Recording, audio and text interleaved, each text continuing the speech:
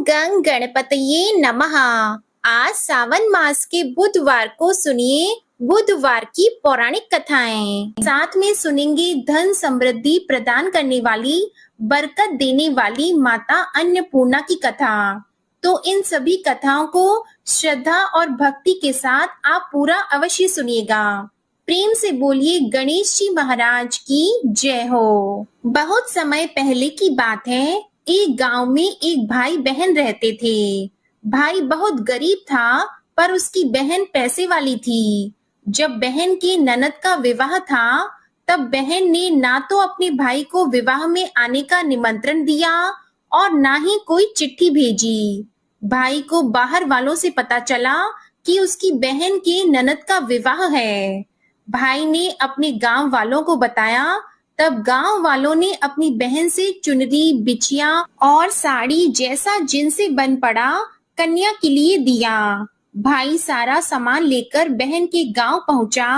बहन के घर जाने पर बहन की देवरानी बोली, भाभी जी आपके भाई आए हैं। तो बहन ने पूछा, कैसे आए हैं और क्या पहना है? तब देवरानी ने कहा, पैदल आए हैं, फटी पगड़ी फटी धोती पहने हैं।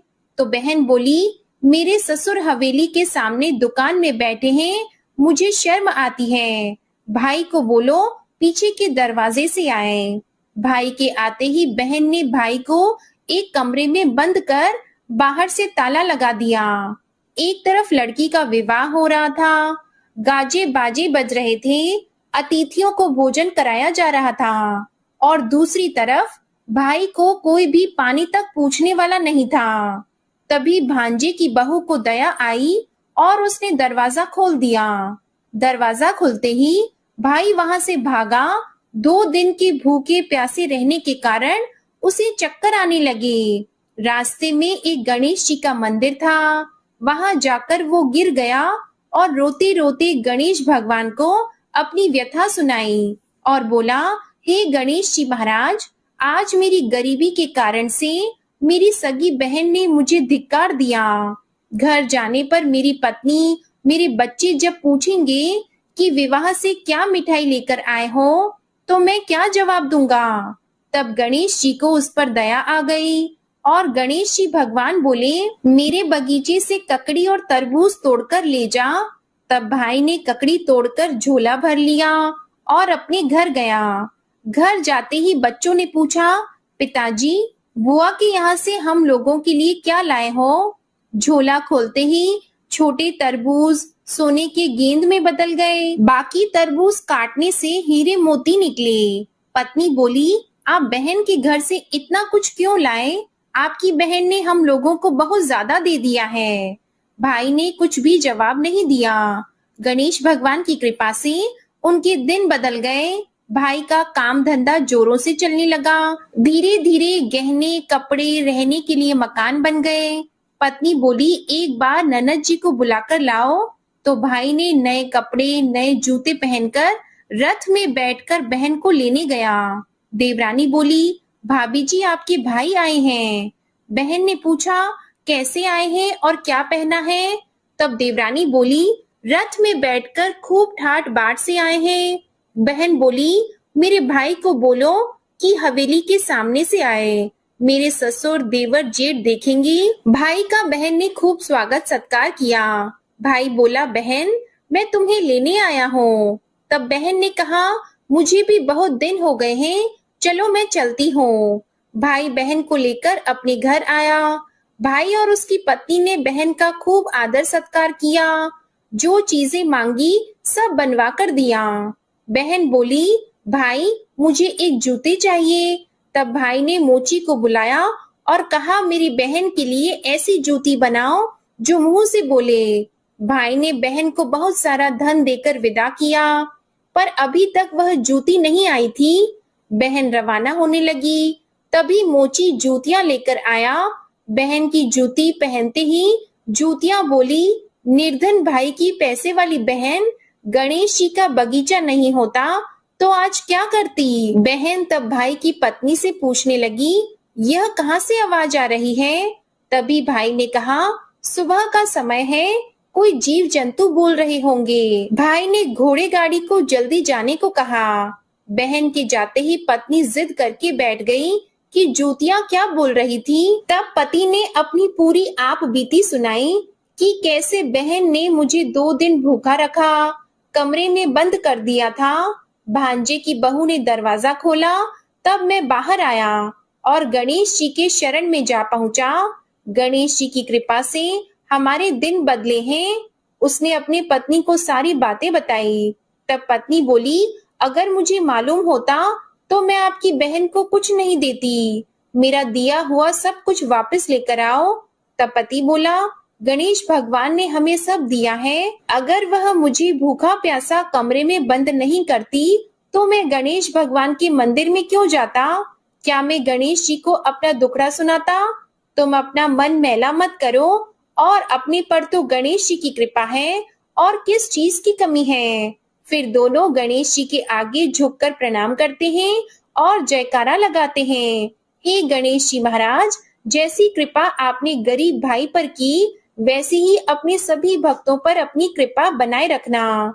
तो प्रेम से बोलिए गणेश जी महाराज की जय हो। आइए अब सुनते हैं गणेश जी महाराज की अगली पौराणिक कथा। एक बार देवी तुलसी विवाह हेतु वर ढूंढने के लिए तीर्थ यात्रा पर निकली थी और ढूंढते ढूंढते वह गंगा किनारे पहुंच गई। उस समय गणेश भगवान गंगा किनारे तप कर रहे थे। उन्हें देखते ही देवी तुलसी उन पर मोहित हो गई और उनके मन में गणेश भगवान से विवाह की इच्छा उत्पन्न हुई। फिर देवी तुलसी ने गणेश जी के पास जाकर उनका ध्यान भंग कर दिया। आंखें खोलने के बाद गणेश भगवान के सामने देवी तुलसी खड़ी थी, लेकिन सामने एक स्त्री है, इसलिए अपने क्रोध को नियंत्रण में रखकर गणेश भगवान ने पूछा, आप कौन है देवी और मेरा ध्यान भंग करने का क्या कारण है? तो जवाब में देवी तुलसी ने अपने परिचय के साथ गणेश जी से विवाह की बात कर ली। उत्तर में गणेश भगवान जी बोले, देवी मैं ब्रह्मचारी हूँ, इस वजह से मैं विवाह नहीं कर सकता। अपने विवाह प्रस्ताव के लिए ना सुनने के बाद देवी तुलसी क्रोधित हो गई और उन्होंने गणेश जी को श्राप दे दिया कि उनका ब्रह्मचर्य टूटेगा और उनके 2 विवाह होंगे। इस बात पर गणेश भगवान भयंकर क्रोधित हो उठे, क्योंकि एक तो वह स्त्री है, इसलिए ध्यान भंग करने पर भी गणेश जी ने कुछ नहीं कहा और इतनी विनम्रता से बात करने पर भी उन्हें श्राप दिया गया। फिर गणेश जी ने भी देवी तुलसी को श्राप दे दिया कि तुम्हारा विवाह शंखचूर्ण नाम के असुर के साथ होगा। एक देवी होकर भी उनका विवाह एक राक्षस से होगा। यह जानकर देवी तुलसी विचलित हो गई और विनायक जी से इस कठोर श्राप से मुक्ति दिलाने की क्षमा याचना करने लगी। फिर गणेश जी को तुलसी देवी पर दया आ गई। वे बोले कि मेरा श्राप तो बदल नहीं सकता, वह तो सच होकर ही रहेगा, लेकिन अगले जन्म में तुम एक पेड़ बनोगी और भगवान महाविष्णु जी को अत्यंत प्रिय होंगी। उनकी पूजा में भी तुम्हारा एक महत्वपूर्ण स्थान होगा और कलयुग के इंसानों को तुम मोक्ष का मार्ग दिखाओगी। लेकिन तुमने मेरा तप भंग किया है और मुझे ब्रह्मचारी होकर भी 2 विवाह का श्राप भी दिया है, इसलिए मेरी किसी भी प्रकार की पूजा में तुम निषिद्ध रहोगी। इस प्रकार देवी तुलसी गणेश भगवान की पूजा में निषिद्ध हो गई। प्रेम से बोलिए गणेश भगवान की जय। आइए सुनते हैं गणेश जी के विवाह की कथा। भगवान गणेश का मुख हाथी का है और एक दांत भी टूटा हुआ है। इन्हीं 2 कारणों की वजह से उनका विवाह नहीं हो पा रहा था। इस बात से गणेश जी महाराज अक्सर नाराज रहा करते थे। एक दिन एक देवता के आग्रह पर विनायक जी उसके विवाह में अपनी उपस्थिति दर्शाने गए। विवाह स्थल पर पहुंचने के बाद कुछ देवताओं ने मिलकर गणेश भगवान का समय पर विवाह न होने के कारण उपहास किया, जिससे गणेश जी बहुत ही अधिक नाराज हो गए। उसी दिन उन्होंने ठान लिया कि जब तक मेरा विवाह नहीं होता तब तक मैं किसी भी देवता का विवाह नहीं होने दूंगा। गणेश भगवान के पास विवाह और अन्य संदेश लाने का काम उनके प्रिय वाहन मूषक राज करते थे। अब मूषक राज जब भी किसी देवता के विवाह का समाचार लाते, तब गणेश जी उसे आदेश देते और मूषक राज अपनी सेना के साथ जाकर उस विवाह के मंडप को गिराकर तहस नहस कर देते और बारातियों को भी भगा देते। इस तरह गणेश जी और मूषक राज की मिली भगत की वजह से किसी भी देवता का विवाह नहीं हो पा रहा था। गणपति जी के व्यवहार से तंग आकर सभी देवी देवता भगवान शिव और माता पार्वती जी के पास पहुंच गए और इस विराट समस्या का समाधान मांगने लगे। भगवान शिव और माता पार्वती ने कहा कि इसका हल तो आपको केवल ब्रह्मदेव जी के पास ही मिल सकता है। कृपया करके आप ब्रह्मलोक को जाएं। तब माता पार्वती और महादेव जी को प्रणाम करके सभी देवी देवता ब्रह्मा जी के पास प्रकट हुए। देवताओं की समस्या को ठीक से सुनने के बाद ब्रह्मा जी ने अपनी योग शक्ति से 2 कन्याओं का निर्माण किया। कन्याओं का नाम था रिद्धि और सिद्धि। वह दोनों ब्रह्मा जी की मानस पुत्रियां थीं। उन्हें लेकर ब्रह्मा जी गणेश महाराज के पास गए और उनसे अपनी पुत्रियों को ज्ञान एवं शिक्षा प्रदान करने का निवेदन करने लगे। ब्रह्मा जी का मान रखने के लिए एकदंत भगवान ने रिद्धि और सिद्धि को शिक्षा देना आरंभ किया। फिर उस दिन के बाद से जब भी मूषक राज किसी विवाह की खबर लेकर आते हैं, उस वक्त रिद्धि और सिद्धि गणेश जी को अपनी बातों में उलझा कर रखती थीं। इस तरह गणेश जी का ध्यान किसी और विषय पर रहता और दूसरी तरफ देवताओं का विवाह संपन्न हो जाता। एक दिन बुद्धि के देवता भगवान गणेश जी को यह बात समझ आ गई, लेकिन उनके क्रोध में आने से पहले ही ब्रह्मदेव अपनी दोनों पुत्रियों के साथ वहां पर प्रकट हो गए। रिद्धि और सिद्धि को सामने देखते ही गणेश जी का क्रोध बढ़ने लगा, किंतु विनायक जी के मुख से कोई भी शब्द निकलने के पहले ही भगवान ब्रह्मदेव ने कहा, हे गणेश जी, आपने स्वयं ही मेरी पुत्रियों को शिक्षा दी है और अब मुझे इन दोनों के विवाह योग्य कोई वर नहीं मिल रहा। मेरी आपसे विनती है कि आप ही रिद्धि और सिद्धि से विवाह करके मुझे धन्य कीजिए। परमपिता ब्रह्मदेव जी की शांत वाणी को सुनकर गणेश जी का क्रोध शांत हो गया और वे उस विवाह प्रस्ताव के लिए हंसी खुशी राजी हो गए। विवाह के बाद अपनी दोनों पत्नियों से उन्हें 2 पुत्र प्राप्त हुए, जिनका नाम रखा गया शुभ और लाभ। तो प्रेम से बोलिए भगवान गणेश जी की जय। आइए अब सुनते हैं गणेश जी की पूजा पाठ में सुनी जाने वाली पौराणिक कथा। एक गांव में एक सेठ और सेठानी रहते थे।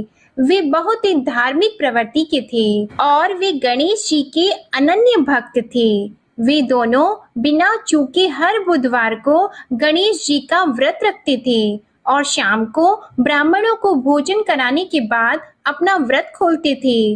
सेठ जी का काफी बड़ा परिवार था। वे सब आपस में बड़े प्यार और भाईचारे से रहते थे, लेकिन सेठानी और सेठ की कोई संतान नहीं थी। इस विषय पर परिवार और गांव के लोग आपस में बहुत बातें किया करते थे। सभी लोग सेठानी को बांझ बुलाते थे। ये सभी बातें सुनकर सेठ और सेठानी बहुत दुखी होते थे। एक बुधवार के दिन सेठ और सेठानी भगवान गणेश जी की पूजा संपन्न करा के मंदिर से बाहर आ रहे थे। तभी उन्हें सीढ़ियों पर एक छोटा सा बच्चा अकेले बैठा हुआ दिखा। बालक को देखते ही दोनों उसके पास गए और पूछा कि तुम्हारे माता पिता कहाँ हैं? लेकिन बच्चे ने अभी तक ठीक से बोलना नहीं सीखा था, इसलिए वह बोल ही नहीं पाया। पर दोनों सेठ और सेठानी बच्चे के पास शाम तक बैठे रहे। तब तक पंडित जी और सेठ जी और उनके नौकरों ने आसपास जाकर बच्चे के माता पिता को खोजने की कोशिश की, लेकिन उन्हें बच्चे के माता पिता या बच्चे खोने की कोई खबर ही ना मिली। फिर पंडित जी ने सेठ और सेठानी को वह बच्चा अपने घर ले जाने के लिए कह दिया। साथ में ये भी कहा कि अगर बच्चे के माता पिता यहाँ पर आते हैं तो मैं स्वयं उन्हें आपके पास ले आऊंगा। तब सेठ और सेठानी की खुशी का ठिकाना नहीं रहा। वे दोनों खुशी खुशी उस नन्हे बालक को अपने साथ घर लेके गए। सेठानी ने बच्चे का नाम अपने आराध्य भगवान श्री गणेश जी के नाम पर गणेश रख दिया और बड़े ही प्यार और दुलार से उसका पालन और पोषण करने लगे। कुछ दिनों के बाद उसी गांव में एक ठग पति पत्नी आए। उनका इरादा गांव के सबसे अमीर आदमी को ठगने का था। वे दोनों ठग गणेश मंदिर की सीढ़ियों पर बैठकर सोच विचार कर रहे थे।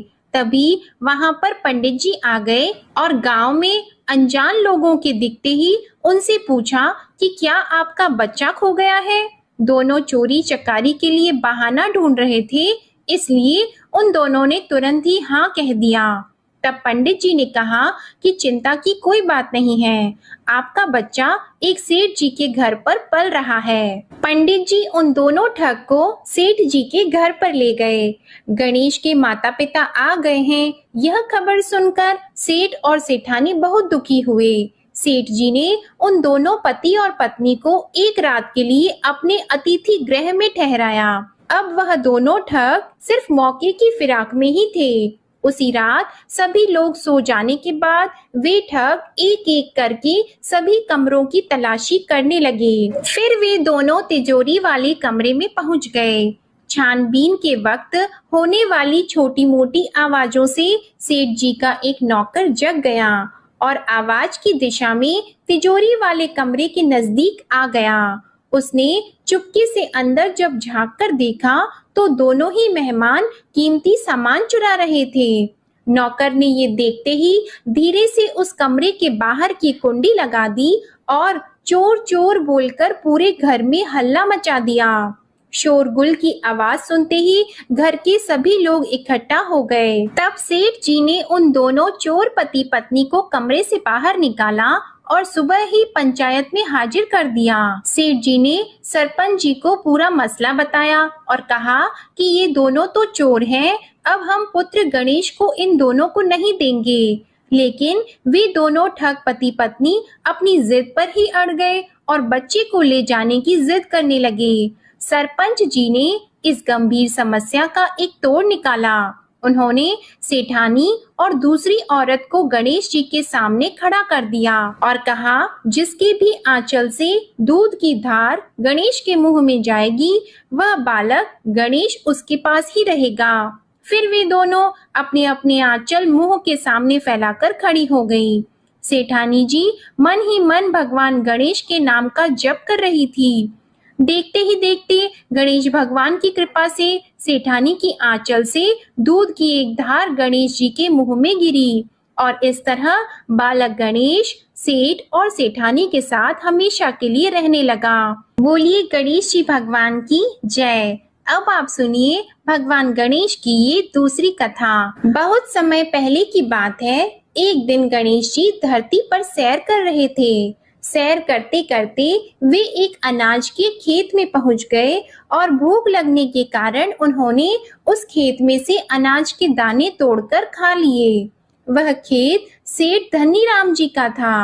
कुछ समय बाद गणेश जी को अपने किए पर पछतावा होने लगा, क्योंकि उन्होंने सेठ जी को बिना पूछे ही उस खेत से अनाज चुरा लिया था। फिर गणेश जी ने सोचा कि अपने किए बुरे कर्म का प्रायश्चित तो करना ही पड़ेगा, इसलिए उन्होंने सेठ जी के यहाँ 12 साल के लिए नौकरी करने की ठान ली। उसके बाद अगले दिन सुबह विनायक जी एक 13-14 साल के एक लड़के के रूप में नौकरी मांगने के लिए धनीराम सेठ जी के घर पहुंच गए और उन्होंने सेठ जी को अपना नाम गणेश बताया। विनायक भगवान की बुद्धिमानी की परीक्षा लेने के बाद सेठ जी ने खुशी खुशी उसे नौकरी दे दी। अब गणेश भगवान एक सामान्य मानव के रूप में सेठ जी के घर पर ही रहने लगे।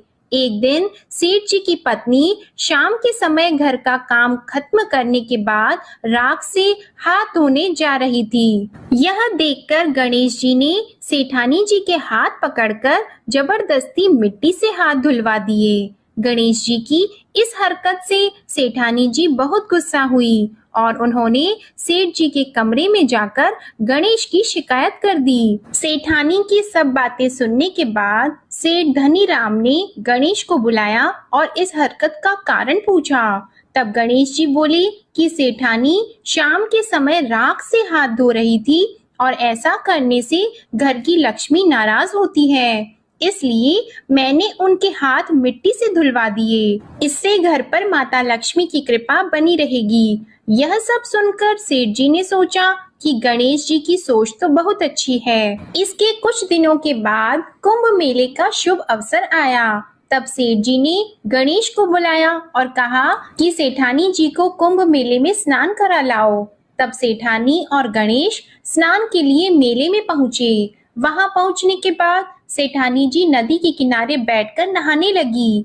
उन्हें ऐसा करते देखकर गणेश दौड़कर आए और सेठानी जी के दोनों हाथ पकड़कर उन्हें नदी के अंदर लेकर गए, उनसे पानी में डुबकी लगवाई और फिर किनारे पर ले आए। अब गणेश की इस हरकत से तो सेठानी को बहुत गुस्सा आया। सेठानी जी घर आते आते पूरे रास्ते गणेश को ताने मारने लगी, लेकिन गणेश भगवान सब कुछ शांति से सुन रहे थे। घर आते ही सेठानी ने सेठ जी के पास फिर से खड़े होकर शिकायत की। तब सेठ जी ने फिर से गणेश को बुलाया और पूछा कि तुमने ऐसा क्यों किया।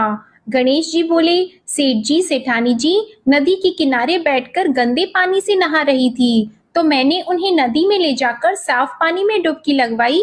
ऐसा करने से उन्हें अगले जन्म में बहुत बड़ा राजपाट और वैभव मिलेगा। सेठ जी ने सोचा कि गणेश के विचार तो बहुत अच्छे हैं, मेरे परिवार का भला सोचता है। कुछ दिनों के बाद सेठ जी के घर पर पूजा थी।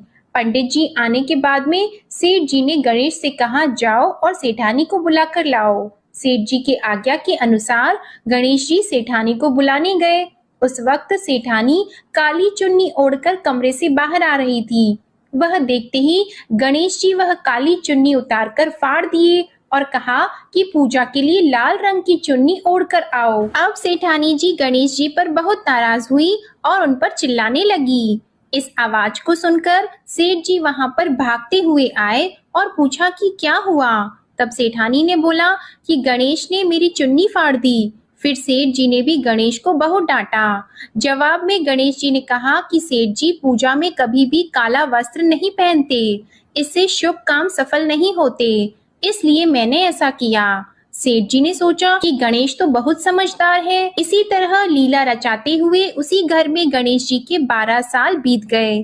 फिर एक दिन सेठ जी ने नया कारोबार शुरू करने से पहले घर में पूजा रखी थी। पूजा करते करते सेठ जी को याद आया कि पूजा की सामग्री में गणेश भगवान की मूर्ति तो है ही नहीं। तब उन्होंने अपने नौकर गणेश को पूजा घर से भगवान विनायक जी की मूर्ति लाने के लिए कहा। तब गणेश बोला कि मुझे ही मूर्ति समझकर आप पूजा में विराजमान कीजिए, आपके सारे शुभ काम सफल हो जाएंगे। इस बात को सुनकर सेठ जी को गुस्सा आया और वे बोले, गणेश तुम अब तक सेठानी से मजाक करते थे, अब मुझसे भी करने लगे हो। तब उत्तर में गणेश जी ने मुस्कुराते हुए सेठ जी से कहा कि मैं मजाक नहीं कर रहा, मैं सत्य कह रहा हूँ। इतना कहने के बाद नौकर गणेश ने अपना असली भगवान स्वरूप धारण कर लिया। साक्षात भगवान श्री गणेश को सामने देखते ही सेठ और सेठानी उनके चरणों में लीन हो गए और उन्होंने अपनी पूजा संपन्न की। इसके बाद गणेश जी देखते ही देखते अंतर ध्यान हो गए। बाद में सेठ और सेठानी को बहुत पछतावा होने लगा कि स्वयं भगवान हमारे घर नौकरी कर रहे थे और हमने उनके साथ कितना बुरा व्यवहार किया, उनसे बहुत सारा काम कराया। ये सोच सोचकर दोनों दुखी रहने लगे। फिर उसी रात सेठ और सेठानी के सपने में भगवान गणेश प्रकट हुए और उन्हें समझाया कि मैंने 12 साल पहले तुम्हारे खेत से अनाज के दाने बिना पूछे तोड़ लिए थे और उसी कर्म का दोष दूर करने के लिए मैं 12 साल से तुम्हारे घर नौकरी किया। धनीराम सेठ जी के जीवन की काया पलट हो गई। गणेश जी जैसी माया आपने धनीराम सेठ जी पर की, वैसी ही माया इस कहानी को पढ़ने वाले, सुनने वाले और हर एक व्यक्ति पर करना। कथा अधूरी हो तो इसे पूरी करना और हमसे कोई गलती हुई हो तो उसे क्षमा करना। प्रेम से बोलिए भगवान गणपति जी की जय। आइए अब सुनते हैं धन समृद्धि प्रदान करने वाली, घर में बरकत लाने वाली माता अन्नपूर्णा की बड़ी ही दुर्लभ कथा। इस कथा को श्रद्धा और भक्ति के साथ पूरा अवश्य सुनिए। प्राचीन काल की बात है। पुरुषोत्तमपुर नामक गांव में एक बहुत धर्मात्मा सेठ जी रहा करते थे। उनके 5 पुत्र और एक सबसे छोटी पुत्री थी। उसका नाम गौरी था। सेठ जी का भरा पूरा परिवार था। सेठ जी ने अपने सभी 5 पुत्रों का विवाह कर दिया था और जब छोटी बेटी गौरी विवाह के योग्य हुई तो उन्होंने उसका विवाह एक दूसरे नगर के अपने ही समान धनी परिवार में कर दिया। अब सेठ जी की पुत्री गौरी दुल्हन बनकर जिस घर में गई, वहां उसका पति अपने माता पिता का इकलौता पुत्र था। अब गौरी बड़ी ही प्रसन्नता पूर्वक अपने ससुराल में रहने लगी। गौरी बड़ी ही सदाचार, गुणवान तथा रूपवती थी। एक दिन की बात है, जब 1.25 महीना हो गया, तब सास ने गौरी को रसोई संभालने के लिए दे दिया। रसोई की सारी बातें समझा दी। गौरी अपनी सासू माँ के पांव छूकर रसोई में प्रवेश करती है। तब सास ने कहा, बहू, रोज सुबह जल्दी उठकर पूजा पाठ करके रसोई में प्रवेश करना, फिर खाना बनाना। रोटी बनाते समय पहली रोटी गाय को और अंतिम रोटी कुत्ते की बनाना मत भूलना। इस प्रकार सास ने गौरी को सब कुछ समझा दिया। गौरी 4 लोगों के लिए खाना बनाती है और खाना बनाकर अपने पूरे परिवार को खिलाती है। जब अंत में खुद खाने के लिए बैठती है, तब वह देखती है कि उसके लिए तो रोटी बची ही नहीं। वह चावल, दाल और सब्जी खाकर पानी पी लेती है। अब जब शाम होती है, तब गौरी ने सुबह से ज्यादा आटा लगाया और रोटी सब्जी बनाकर रख दी। जब रात्रि में सब लोग खा लेते हैं, तो फिर से जब गौरी खाने के लिए बैठी, रोटी का डब्बा खोलती है तो उसमें एक भी रोटी नहीं थी। यह देखकर उसे बड़ा ही आश्चर्य होता है कि उसने तो सुबह से भी ज्यादा आटा लगाया था, लेकिन रोटियां बची ही नहीं। अब वह सिर्फ सब्जी खाकर पानी पीकर सो जाती है। अगले दिन फिर उसने कल से 2 गुना ज्यादा आटा लगाया और रोटियां बनाई, लेकिन फिर से उसे रोटी नहीं मिली। सभी रोटियां खत्म हो गई थी। अब उस दिन भी आधे पेट खाना खाकर ही उसे रहना पड़ा। इसी प्रकार गौरी चाहे जितना भी आटा लगाती, रोटियां उसे नहीं मिलती। यह हर रोज का काम हो गया था। वह सोचने लगी, आखिर कौन नहीं चाहता कि मैं रोटियां नहीं खाऊं, मैं पेट ना भरूं। गौरी इस आस में आटा ज्यादा गूंथती कि किसी ना किसी दिन तो उसे रोटियां मिलेंगी, किंतु ऐसा नहीं होता है। ऐसा करते करते वह बहुत कमजोर, दुबली पतली हो गई। तो दोस्तों, ऐसे ही एक दिन की बात है, जब गौरी रसोई में सब्जियां काट रही थी, तो गलती से चाकू से उसका हाथ कट जाता है और वह रोटियां नहीं बना पाती। तो उसकी सासू माँ ने कहा, बहू रहने दो, आज मैं रोटियां बना देती हूँ। तो गौरी ने कहा, नहीं सासू माँ, आप आटा लगा दीजिए, मैं रोटियां बना दूंगी। तो दोस्तों, उस दिन सासू माँ ने आटा लगाया और फिर बहू को दिया। बहू रोटियां बनाकर रख देती है। घर के सभी सदस्य रात के समय जब खाना खाने लगते हैं, सब लोग जब खाना खा लेते हैं, तब बारी आती है गौरी की। तो वह बहुत दुखी मन से खाना खाने बैठती है। वह सोचती है, आज तो सासू माँ ने आटा गूंथा है, वह भी बहुत कम। आज तो मेरे लिए रोटियां बची ही नहीं होंगी। यह सोचकर बहू मन ही मन बहुत दुखी होती है। किंतु जब वह रोटी के डिब्बे को खोलती है, तो उसने देखा कि उसमें 4-5 रोटियां पड़ी हैं। यह देखकर बहू बहुत खुश होती है। अब क्या था, ऐसे ही 7 दिनों तक बहू की सासू माँ आटा गूंथने लगी और बहू रोटियां बनाती थी। बहू को रोज रोटियां मिलने लगी। इन 7 दिन बहू ने भर पेट खाना खाया। जब 8वां दिन आया तो बहू का हाथ भी ठीक हो गया था। तब सासू माँ ने कहा कि गौरी बेटा, क्या मैं आज आटा गूंथ दूं या फिर तुम आटा गूंथ लोगी? तब गौरी ने कहा, नहीं माँ, मेरा हाथ अब ठीक हो गया है, मैं आटा गूंथ दूंगी। उस दिन गौरी ने आटा गूंथा और रोटियां बनाई, सबको प्रेम पूर्वक खाना खिलाया। जब उसके खाने की बारी आई तब उसने देखा कि रोटी के डिब्बे में तो रोटी है ही नहीं, पूरी रोटी खत्म हो गई। यह देखकर वह गौरी बहुत ही आश्चर्य में पड़ जाती है। वह सोचती है, जब तक सासू माँ ने आटा लगाया तब तक तो मुझे रोटियां मिलती थी, लेकिन जब से मैं आटा गूंथने लगी तो मुझे रोटियां ही नहीं मिलती, जबकि सासू माँ मुझसे बहुत ही कम आटा गूंथी थी। इसके बाद भी पूरा परिवार उसमें खा लिया करता था। ऐसी क्या बात है? यह सारी बातें सोचकर गौरी बहुत ही परेशान हो जाती है और दिन भर दुखी रहती थी। एक दिन की बात है, गौरी के पति ने गौरी से पूछा कि गौरी, तुम इतना उदास क्यों रहती हो? इतना सारा धन संपत्ति सब तुम्हारा ही तो है, तुम्हें रोकने टोकने वाला कोई नहीं है। तुम अपने मन से अपनी पसंद का भोजन बनाकर खाती हो, तुम दिन प्रतिदिन इतनी कमजोर कैसे होती जा रही हो? गौरी ने लाज और संकोच से अपने पति को कुछ नहीं बताया। तब उसके पति ने सोचा कि शायद उसकी पत्नी को उसके माता पिता की याद आ रही है, इसलिए अगले दिन गौरी का पति अपने माता पिता से कहता है कि पिताजी, मुझे लगता है कि गौरी को उसके माता पिता की याद आ रही है, मैं उसे उसके मायके ले जाकर सबसे मिलवा लाता हूँ। अपने बेटे की बात सुनकर गौरी की सास ससुर तैयार हो जाते हैं और उसे जाने की अनुमति दे देते हैं और कहते हैं, बेटा, यदि बहू को अपने माता पिता से मिलकर प्रसन्नता होती है तो अवश्य ही तुम उसे उसके मायके ले जाओ। अब गौरी का पति अपनी पत्नी को लेकर उसके मायके जाता है।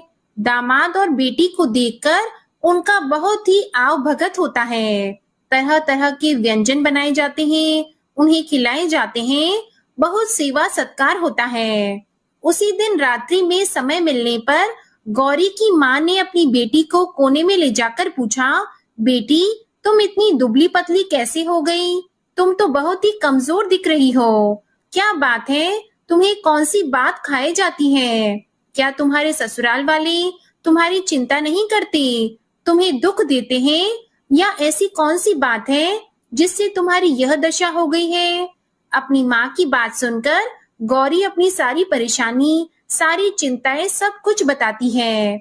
अपनी बेटी की बात सुनकर गौरी की माँ ने कहा, बेटी, हमें लगता है माता अन्नपूर्णा तुमसे नाराज हो गई है। इस विषय में तो मैं कुछ नहीं कर सकती, क्योंकि तुम्हारे ससुराल में हमारा बोलने का कोई अधिकार नहीं है। इसलिए मैं तो कहूंगी कि तुम यहाँ से जाने के बाद इस विषय में अपनी सास और ससुर से बात करना, वही कुछ हल बताएंगे और तुम्हारी समस्या का समाधान होगा। बेटी, माँ अन्नपूर्णा जिससे नाराज होती है उसके साथ ऐसा ही होता है। अब अपनी माँ की बातें सुनकर गौरी निश्चय करती है कि वह सारी बातें अपनी सासू माँ से कहेगी। अब जब सुबह का समय होता है तो गौरी अपने माता पिता से विदाई लेकर अपने ससुराल आ जाती है और ससुराल आने के बाद वह अपने सास ससुर और पति से सारी बातें कह सुनाती है। वह कहती है, माँ जी, जब से मैंने रसोई संभाला है, मैं खाना बनाती हूँ, तब से मुझे एक भी दिन रोटियां नहीं बचती। मैं बिना खाए ही सो जाती हूँ, किसी किसी दिन पानी पीकर ही सो जाती हूँ, किसी किसी दिन चावल सब्जी खाती हूँ, रोटी तो मुझे मिलती ही नहीं है। और माँ जी, आपको याद है मेरा हाथ कटा था, तब आप उस समय आटा गूंथा करती थी और वह भी बहुत कम, फिर भी मेरे लिए रोटियां बचा करती थी और मैं भर पेट खाना खाती थी। लेकिन अब जब मेरे हाथ का घाव ठीक हो गया, तब से मैं फिर से आटा गूंथने लगी और रोटियां बनाने लगी। अब मेरे लिए फिर से रोटियां नहीं बचती, मैं आधी पेट ही खाना खाती हूँ। अपनी बहू की बातें सुनकर सास को सब कुछ समझ में आ गया। उसने कहा, बहू, यह शायद मेरी ही गलती है। मैंने तुम्हें सब कुछ बताया, सब कुछ सिखाया, लेकिन एक बात तो बताना भूल ही गई। ऐसा कहकर सास अपनी बहू का हाथ पकड़कर गौरी को रसोई में ले जाती है। एक परात में आटा निकालकर उस आटे को अच्छे से गूंथती है। गूंथने के बाद उस गूंथे हुए आटे पर अपनी उंगलियों की 5 छाप लगा देती है और कहती है कि बहू, यह माँ अन्नपूर्णा का छाप होता है, उनका चिन्ह माना जाता है। आटा लगाने के बाद कोई भी स्त्री इस तरह छाप लगाती है तो उसके घर में बरकत होती है। इसका अर्थ यह है कि माँ अन्नपूर्णा की कृपा सभी परिवार वालों पर बरसे और कोई भी सदस्य भूखे पेट न सोए। बहू, मैं तुम्हें ऐसा बताना भूल गई। तुम आटा लगाते वक्त आटे पर अपनी 5 उंगलियों का छाप छोड़ देना और माँ अन्नपूर्णा तुम्हारे ऊपर अवश्य ही कृपा करेंगी। तुम कभी भी खाली भूखे पेट नहीं सोगी। यह बरकत का चिन्ह होता है। अब अपनी सासू माँ की बात सुनकर बहू हर रोज आटा गूंथती और फिर उस पर अपनी 5 उंगलियों की छाप छोड़ देती और फिर रोटियां बनाती। अब बहू को हर रोज रोटियां मिलने लगी। वह भर पेट भोजन करने लगी और स्वस्थ भी हो गई। माँ अन्नपूर्णा की कृपा उस पर बरसने लगी। उसके हाथ में माँ अन्नपूर्णा का वास हो गया। घर पर कोई भी सदस्य भूखा नहीं रहता और जो कोई मेहमान आता या कोई भी भीख मांगने के लिए भिक्षुक आता, उसे भी वह खाना खिलाकर ही घर से विदा करती। इस प्रकार बहू के ऐसा करने से उसके घर में बरकत होने लगी, अन्न की वर्षा होने लगी। तो प्रिय भक्तजनों, आटे को गूंथ कर उस पर 5 उंगलियों का छाप लगाना हमारी पुरानी परंपरा है। यह माता लक्ष्मी जी और माता अन्नपूर्णा का चिन्ह माना जाता है। ऐसा करने से माता अन्नपूर्णा सदा प्रसन्न रहती है और घर वालों पर अपनी कृपा दृष्टि बनाए रखती है। हमारे पूर्वजों से लेकर अब तक यह परंपरा चली आ रही है। सभी माताएं बहनें अपनी 5 उंगलियों की छाप आटे पर अवश्य ही लगाती हैं और माँ अन्नपूर्णा से प्रार्थना करती है कि सबका पेट भरना, सबका कल्याण करना और घर में अन्न धन की वर्षा करना। तो प्रेम से बोलिए अन्नपूर्णा माता की जय। ओम नमः शिवाय। जय माता दी, जय भोलेनाथ। ओम श्री गणेशाय नमः। आज की कथाएं अगर आपको पसंद आती हैं तो हमारे चैनल को सब्सक्राइब करके बेल आइकन जरूर प्रेस करिएगा और वीडियो को लाइक कीजिएगा। कमेंट में गणेश भगवान और अन्नपूर्णा माता की जय भी जरूर लिखिएगा। इसी के साथ आप हमारे चैनल पर सावन मास महात्म्य की कथा और शिव महापुराण की कथाएं भी जरूर सुनिएगा। प्रेम से बोलिए गौरी पुत्र गणेश भगवान की जय।